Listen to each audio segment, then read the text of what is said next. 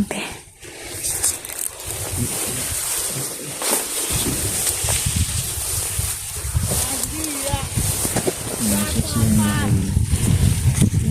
May kakayahan talaga silang bumuhay. Yan, tingnan nyo mga idol. Ito ang kapangyarihan mga idol. Sige lang. Dahil kung may kapangyarihan kayong bumuhay, meron din naman ako. Dapat nating panuhin ito ng mabuti. Ha? Sus, Ginoo. Tama ba yung sinabi ng aking mga kaibigang diwata? Na sa muling ikalawang buhay nila ay lalakas sila. Pero nagiging aswang sila at hindi na sila ordinaryo tao na malakas.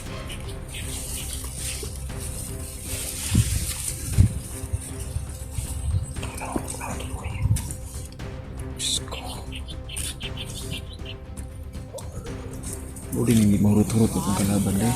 Hindi maubos-ubos ang mga masasamang tao. Pero mababawasan natin sila.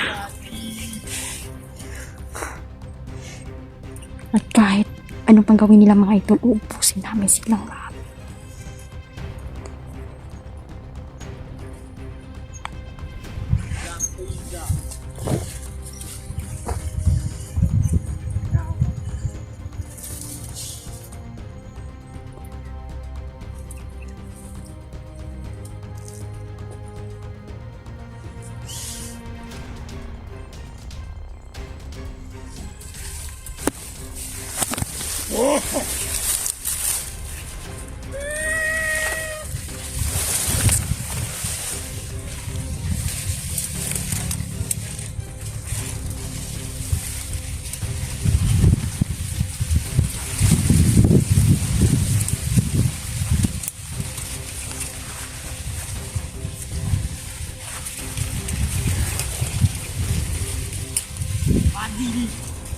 Wow!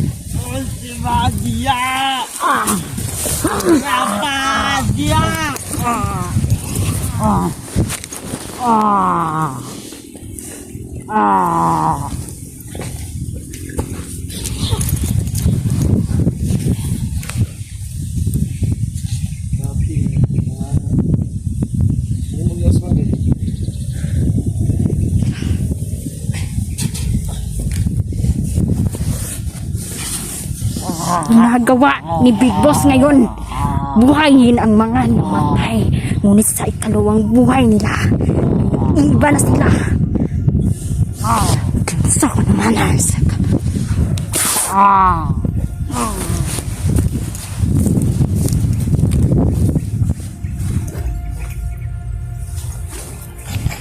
Day, gamitin mo yung orasyon day na aso.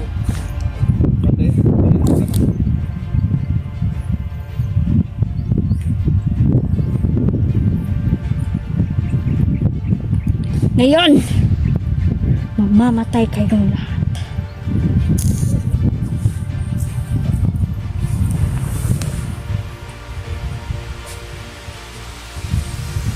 Oh, sige na mga anak natin.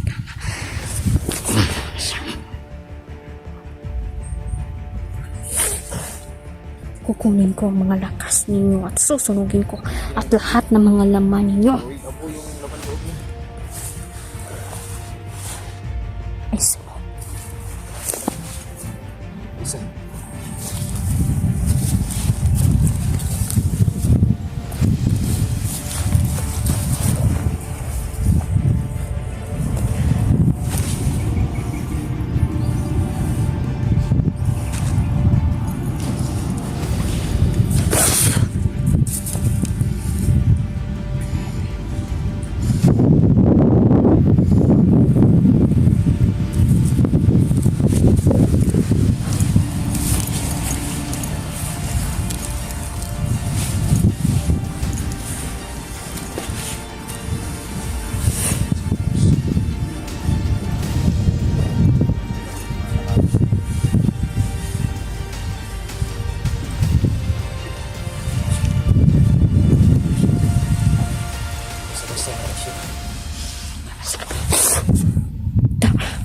Gawas, oy.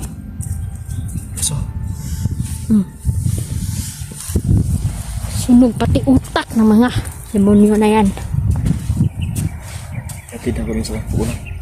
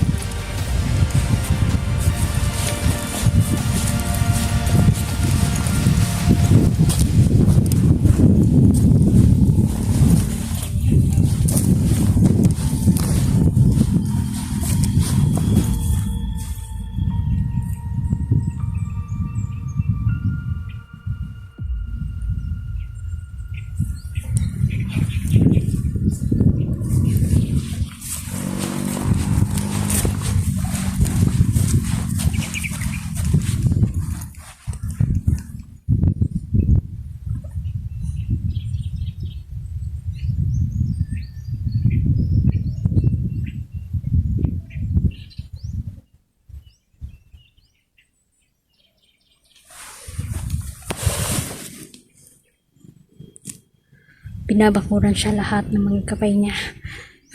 Ang mga gabay yung Diablo, mga idol.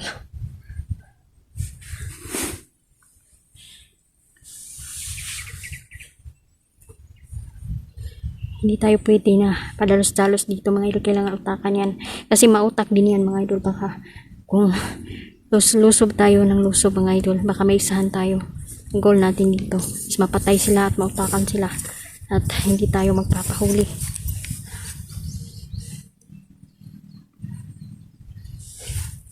Dadasal siya sa puno na eh.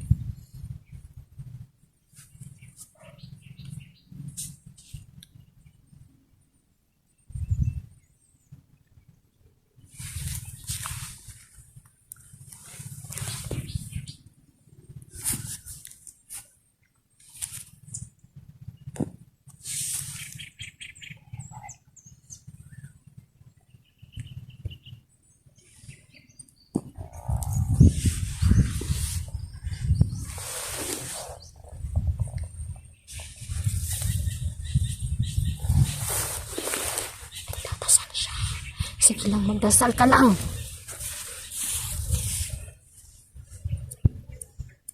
Nagamit niya yung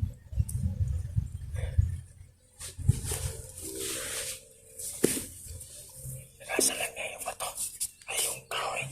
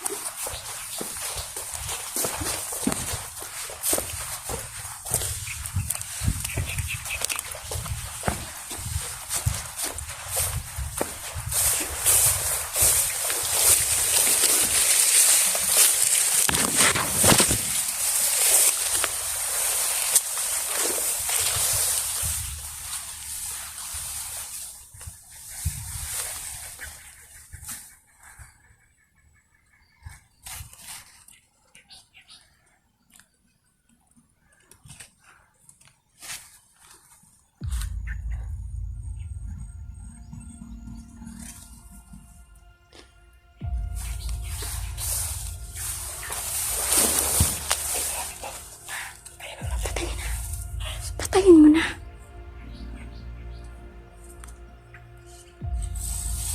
Kaya mo yan. Hoy! Boss!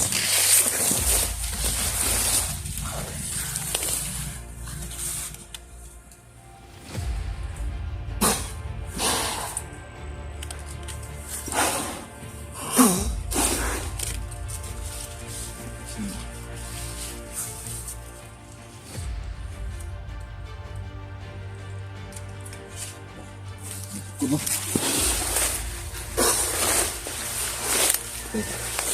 Ang hindi tinatablan sa aking rasyon day.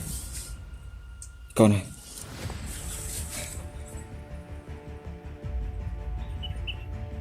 Iwan ko ba kung hindi yan tatakbo sa lakas ng orasyon mo? Parang kung fu. Parang kung fu. Kung master. Rasyon day!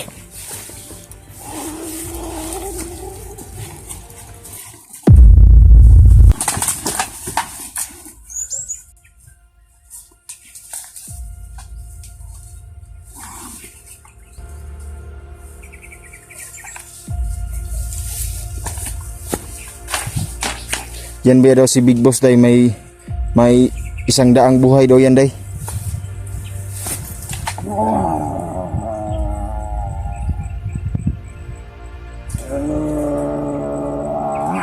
Bala ka sa parang aswang.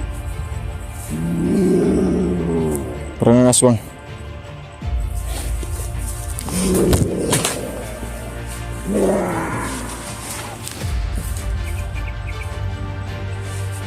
Tayin mo na day.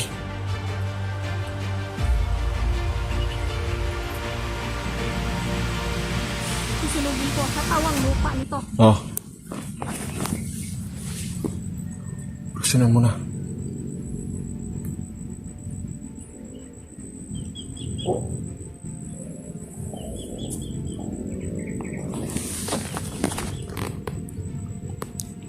Sunog eh. Grabe yung orasyon. Grabe yung orasyon na yan mga idol. Tignan nyo. Tignan nyo. Grabe yung orasyon. Tani mo? Oo eh. Naging apo ang kanyang laman loob. Kanyang katawan. Sinabi Pwede niya, tayo kumpensa dahil may 100 buhay daw yan. isang daang buhay. Habang po napapatay sila is lumalakas sila. Gawin mo abo yan. Gagawin ko yung abo.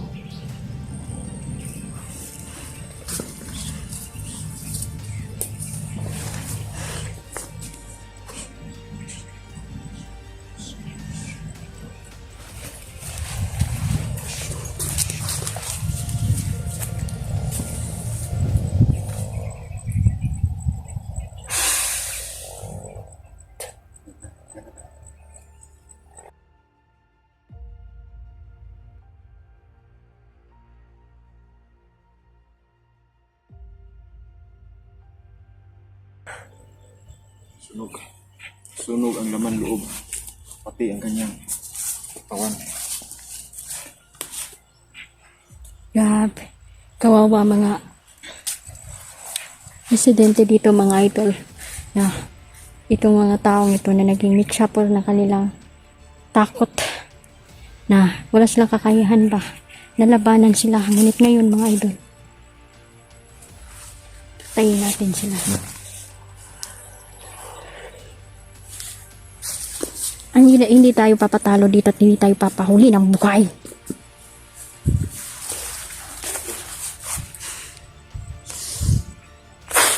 Wasak ang portal na nais niyang buksan dito.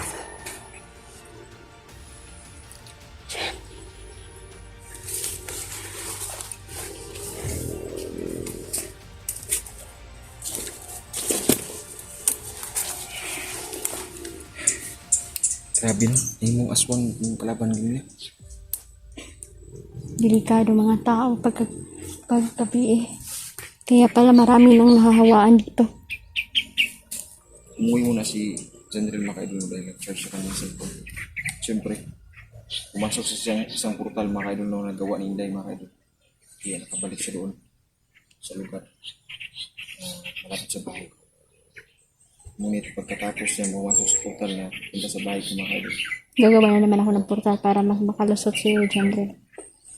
Dili, kuha na. Binasag mo na. Nabasag mo na yan. Para hindi mo magamit ng mga kalaban. Tama. Babasagin natin. Salamat sa ating mga mahal kaibigan mga idol na tinungkahan tayo at makagawa tayo ng mga portal, mga sikretong portal mga idol para pabilisan itong kung saan Mabilis kung sila, saan mga yung idol. mga meron din tayong gagawin na mas mabilisan. Sa tingin ko, itong lugar na to, ito na siguro ang tinatawag nilang lugar ng mga patay. Dahil maraming mga patay ang nagkalat dito. Kanina pa. Pati sa sementeryo bubuhayin. Ha? Pati sa sementeryo. Pero hindi, yung nakakalungkot lang kasi hindi na, yung patay na binubuhay is, hindi na yun ba? Baligi gamit na sa demonyo ba? Hindi na sila yun. Mhm. Tingin ko na sa tingin ko rin, mabubuhay yun sa Bigos. Kahit pinunta ko na yun sa impyerno, binabalik yun ni Satanas siguro. Dahil Sige lang. sobrang sama. Oo. Ayaw ni Satanas na maghari yun sa impyerno. Ibad to sa ulo.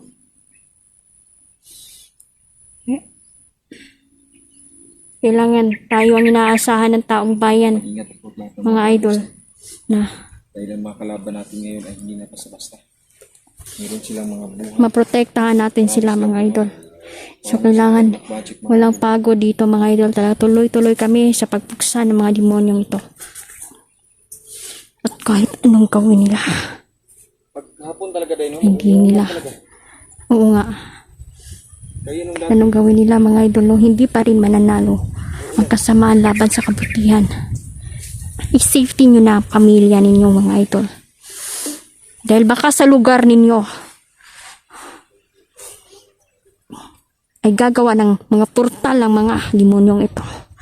At sa susunod, mga idol, marami na namang mga biktima, mga nawawalang tao, mga idol, no? Dahil pinatay na nila. Dahil yan yung gusto nila, mga idol. Patayin tayong lahat. always ka mag-iingat ha. Huwag kang magkumpiyansa. Lagi kang Ikaw din. patawad kung may mga pagkakamali akong nagawa. Kasi minsan hindi kita sinasamahan sa eksplorasyon. Walang problema. Trabaho natin ito. Buhay ang consequence ng trabaho namin is yung buhay namin dito, mga idol. Pero isa lang po yung kasiyahan namin, no, na makatulong talaga sa kapwa natin, mga idol. Protektahan po yung mga tao. Nakakot na mga umulan mga kaidol. Sana okay lang yung mga kasamahan natin lagi. Wala.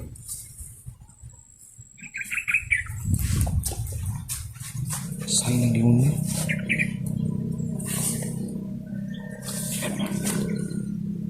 Sigurado ako ginamit ang kahoy na ito. Para muni lang kuan. Ritual nila. Pero wasak na to eh. Wala na. Wasak na.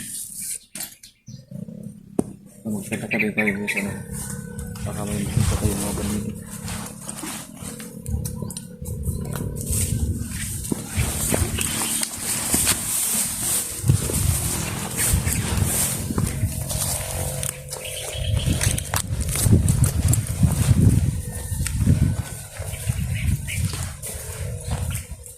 Kung sinabi siya kanina, na plano daw nilang buhayin si Miral. Totoo ba yan? Totoo yun. Paano nila mabubuhay? May bagong kapangyarihan na Ay, day. binigay sa kanila eh. Tumata yung lawas, day. Giritwalan na po sa mga itim na babaylan. Ubus-ubus ng kalaban. Pero mga idol, tagsara ni hinani nga kapangyarihan nila, mga idol, no, na makabuhi sila og patay.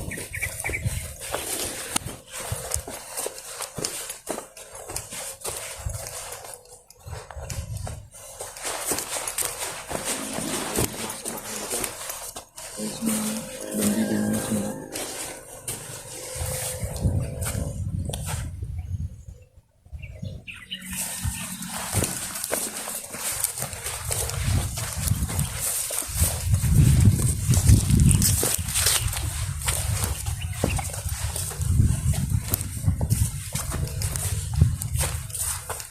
Okay. Shoutout nga pala sa lahat ng mga subscribers, silent viewers natin. Sana lagi kayo mag-ingat sa hindi po tayo ng mga lugar. Mga bangkong kayo, dito kayo napunta sa lugar na ito.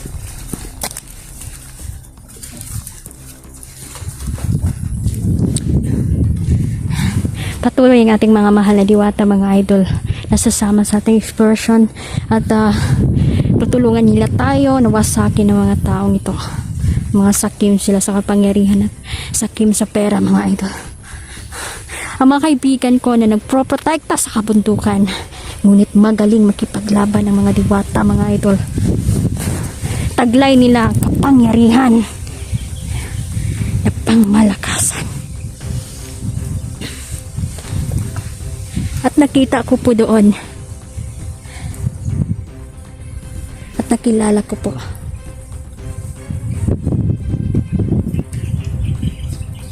si Diwatang Maria.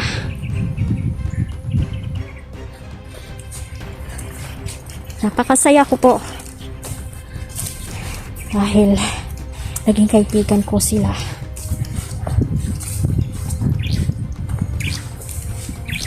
At yung isa kong diwata, mga idol, 3 po yan.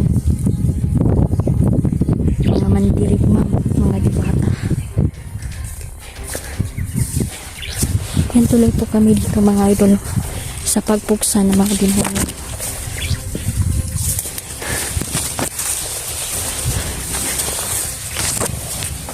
Kaliwat pudok, mga aswang sira, mga idol.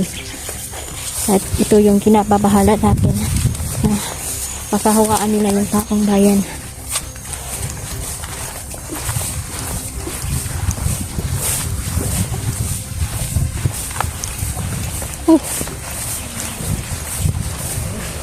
Ano ba? Check ko kung may kalaban doon sa likod.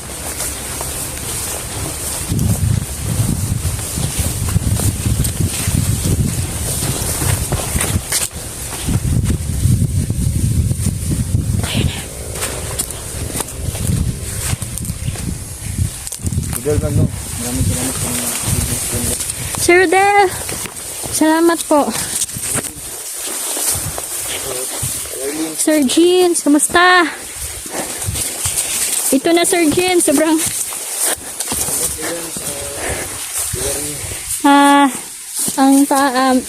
Ma'am Marisa. tagal natin nilakad, no? Yan. Yeah. At kay si Angeles, ha? Nori Angeles. Nori Angeles. Maraming salamat. Nanay Ivy, kamusta po? Mag-ingat kayo. Sa lahat na may mga sakit dyan. Pagkagdasan kung po kayo maaalian mo, malunasan yung mga sakit mo. Sana, tulungan kayo ng ating po may kapal. Tingin sa mas. Nakakapangyarihan sa lahat. Silang kagayin. Maraming salamat, no? Hanggang dito na lang po ang aming eksplorasyon. Mag-usap-usap muna kami dahil paparating na ngayon si John Rel. At yan. Ito na po. Pinaka-delikadong akbang namin mga kaibigan, no? Susuburin na po namin ang lugar na kung saan ang doon ang nirahan ang tinatawag na Old Commander. Mga dating dalawang kumanda upang patayin ang lahat ng tao. Yan, hanggang dito na lang po at maraming salamat. Hindi pa dito natatapos ang labanan, mga idol. Maraming pa kayong masasaksihan ng mga kalaban. At hindi tayo papayag na mamuno sila dito at pagharian nila ang taong bayan.